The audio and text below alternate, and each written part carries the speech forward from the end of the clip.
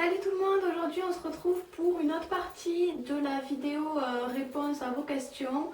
Donc aujourd'hui je vais vous parler de mon rapport au nail art, de mes formations, de mes goûts et des questions sur le soin des ongles. Donc je vais commencer par la partie nail art et ma formation. Donc on m'a demandé à quel âge j'avais commencé à mettre du vernis. Donc ça je n'en ai absolument aucune idée.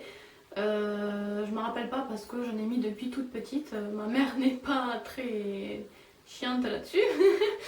Donc quand j'ai eu envie d'en mettre, j'en ai mis tout simplement. Après, depuis quand fais-tu du nail art? Donc je ne sais pas exactement, à peu près 2 ans et demi on va dire. Comment t'es venue cette passion? Comment as-tu connu le nail art? Je l'ai connu sur le marché, j'ai découvert un stand Conad, donc j'ai commencé à faire un petit peu de stamping. Puis j'ai voulu me renseigner sur internet pour voir s'il y avait d'autres plaques de stamping, pour voir un petit peu comment m'améliorer. Et c'est là que j'ai découvert qu'en fait en nail art il existait plein d'autres techniques. Donc du coup petit à petit j'ai testé moi aussi d'autres choses que les stickers et le stamping. Quel a été ton premier nail art?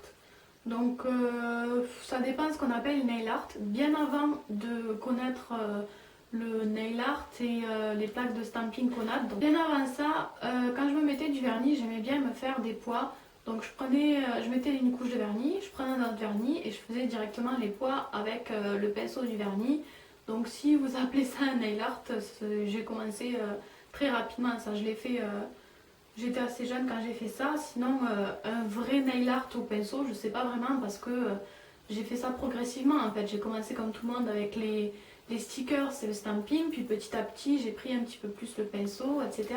Donc ensuite, as-tu pris des cours? Quelle formation as-tu suivi?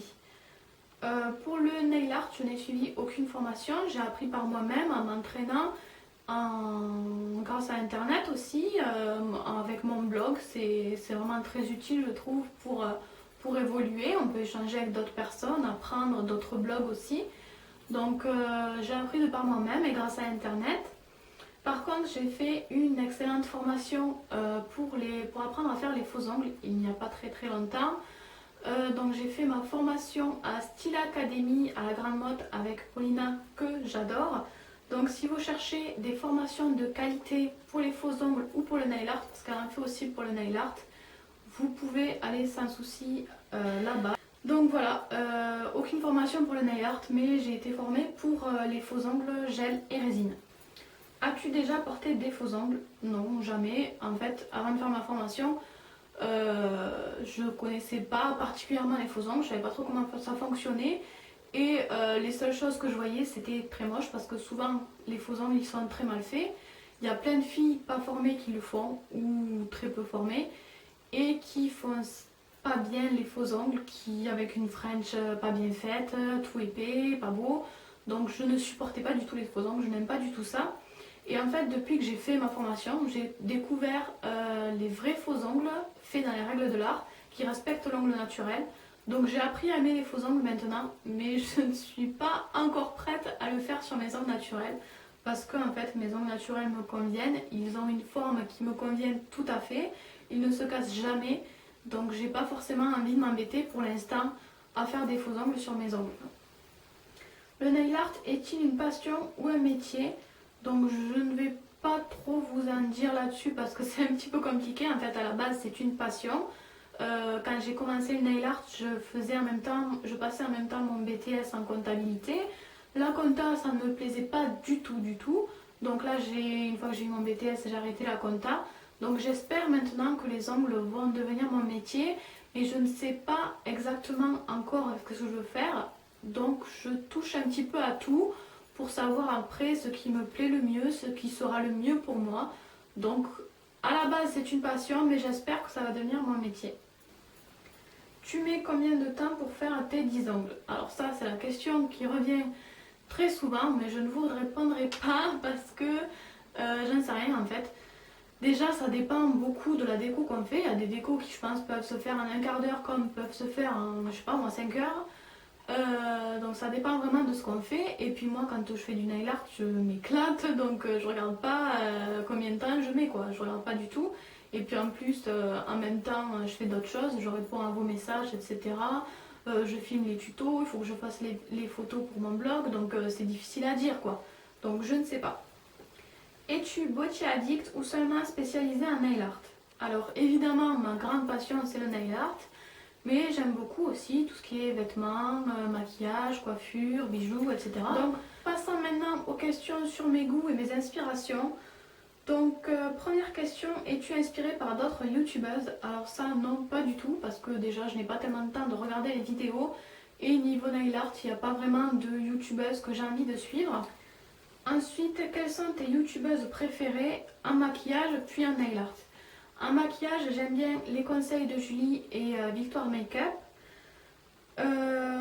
Ensuite, en nail art, ça va être un petit peu plus limité parce que en fait, moi j'aime bien quand la personne parle, quand la personne explique ses tutos. Et je ne parle pas aussi anglais, je suis une quiche en anglais. Donc j'aime bien en fait quand les vidéos sont en français et que la personne parle.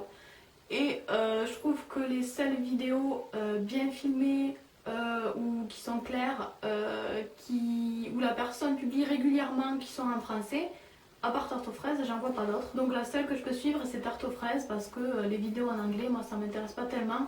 Après si j'avais beaucoup de temps, oui je pourrais regarder les vidéos en anglais aussi.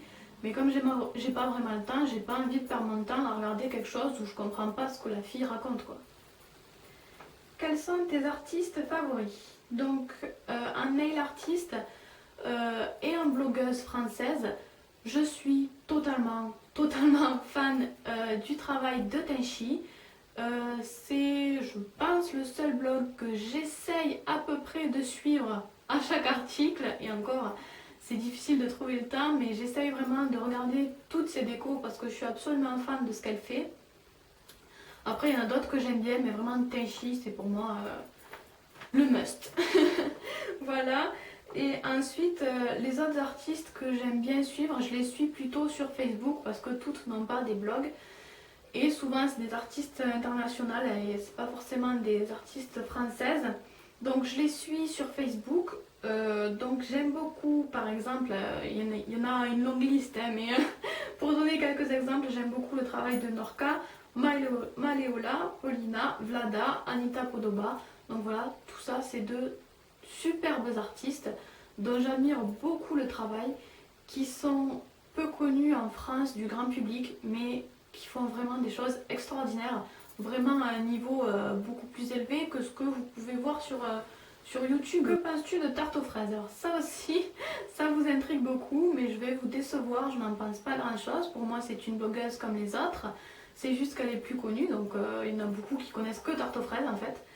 Donc voilà, j'ai rien contre elle. Par contre, ce qui me dérange un peu, c'est ces fans un petit peu excessifs qui veulent la défendre contre tout et contre rien, surtout contre rien, sans même savoir de quoi ils parlent. Donc oui, ça m'énerve un petit peu. Mais bon, on s'y fait, hein, je suis habituée maintenant. Préfères-tu la peinture ou la résine? Alors moi, sur ongles naturels, je préfère la peinture.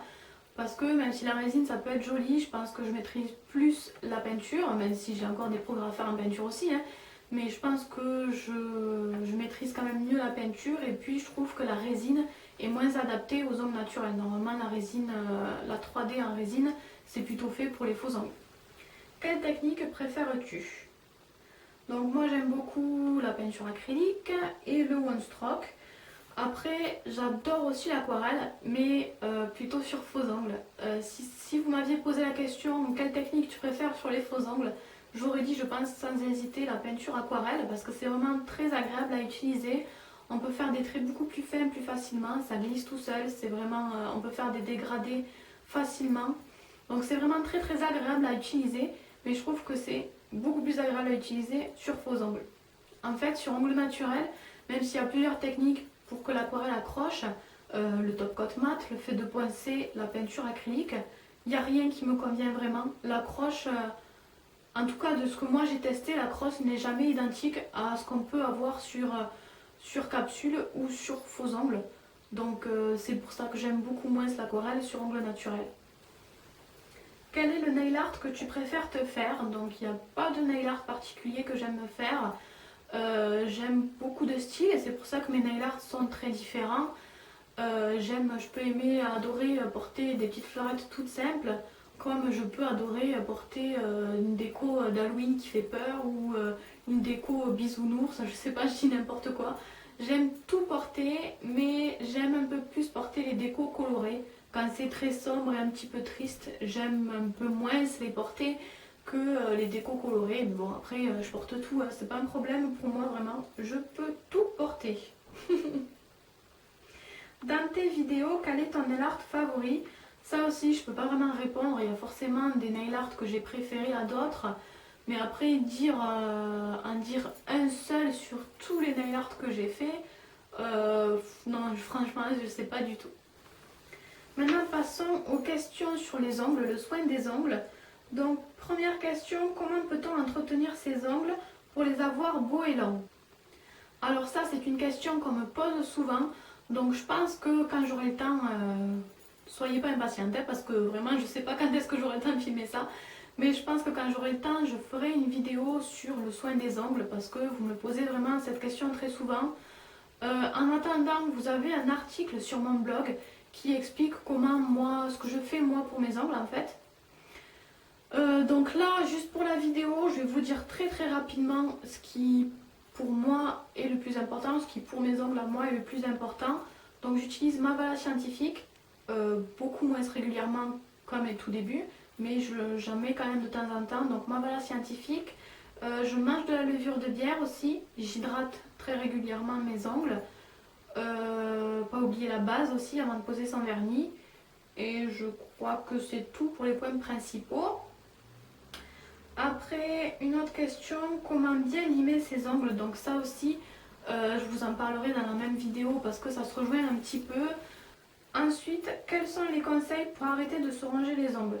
Donc ça, c'est un petit peu difficile pour moi de vous répondre parce que je n'ai jamais rongé mes ongles de toute ma vie. Donc je n'ai pas d'expérience sur ce point-là. Je sais qu'il existe des produits comme les vernis amers par exemple qui sont censés avoir un mauvais goût. Donc du coup, on n'a pas envie de se mettre à ronger les ongles, mais j'ai jamais eu de retour positif sur ce produit. Après, je ne sais pas, hein, moi j'ai pas testé personnellement, donc ça peut marcher sur certaines personnes, je pense.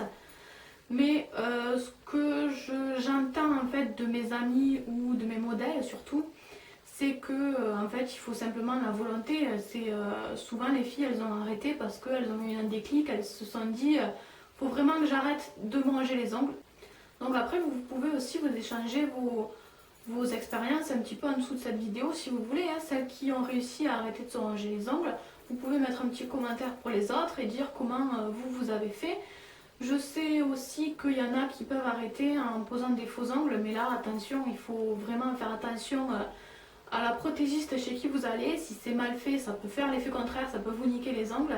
Si la prothésiste ongulaire sait ce qu'elle fait, ça peut vous permettre d'avoir une belle longueur et une plus grande plaque une fois que vous allez enlever vos faux ongles. Après par contre, il faut les garder plusieurs mois, il faut faire les remplissages, vraiment en prendre soin. Mais après quand vous allez enlever vos faux ongles, vous pouvez du coup récupérer des ongles plus longs et si vous y faites attention, certaines arrivent à les garder comme ça. Moi je sais que j'ai certaines de mes modèles, au début je leur ai posé sur ongles rongés, on a fait les remplissages et puis au bout d'un moment elle a eu envie d'enlever ses faux ongles, on a enlevé ses faux ongles et du coup elle ne sait plus ranger les ongles parce qu'elle a vu qu'elle avait une belle plaque, de beaux ongles, donc elle a vraiment eu envie de les garder et du coup elle ne sait plus ranger les ongles. Donc ça peut être une solution aussi. Sinon, vous pouvez aussi vous mettre du vernis et essayer de vous faire des petites décos. On peut faire aussi des petites décos sur ongles rongés. Bon, bien sûr, on ne peut pas faire autant que sur des ongles longs, mais sur des ongles rongés aussi, on peut faire des choses.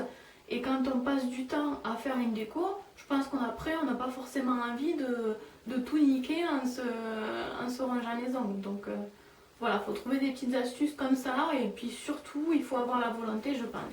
Ensuite, comment enlever les décos résine sans abîmer les ongles? Donc ça, je vous l'avais dit déjà dans une vidéo.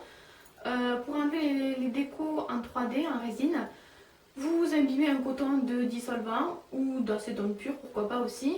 Vous le mettez sur l'ongle, vous prenez un morceau de papier alu, vous emballez tout ça dans le papier alu et vous attendez quelques minutes. Quand vous allez enlever le papier alu, la résine se sera ramollie et vous pourrez comme ça l'enlever.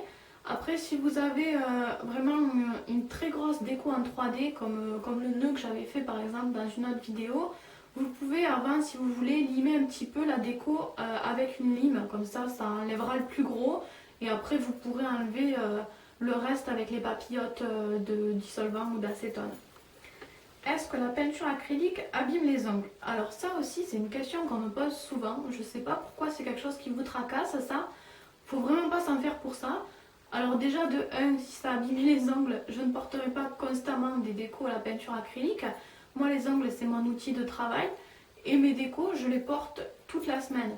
Donc si ça abîmait les ongles, je ne porterai pas constamment des décos à la peinture acrylique. Et puis après je sais pas pourquoi vous pensez que la peinture acrylique c'est toxique ou quoi que ce soit. Ça peut même partir à l'eau normalement, donc c'est pas agressif. Et puis même dans le cas si c'était dangereux, je dis bien si, vous avez le vernis en dessous, vous ne le mettez pas directement sur l'ongle naturel, donc même si c'était pas très bon, voilà, il y a le vernis, c'est pas directement sur l'ongle quoi. Et puis si j'étais vous, je me méfierais plutôt des vernis que je pose sur mon ongle que de la peinture acrylique, parce que les vernis des fois, il y a des produits pas très recommandables dedans. Voilà, donc cette vidéo est terminée, on se retrouvera la prochaine fois pour une autre partie des réponses à la fois aux questions, avec d'autres thèmes encore une fois. Et puis moi je vous fais plein de bisous et je vous dis à très bientôt pour une vidéo Nail Art. Bye bye.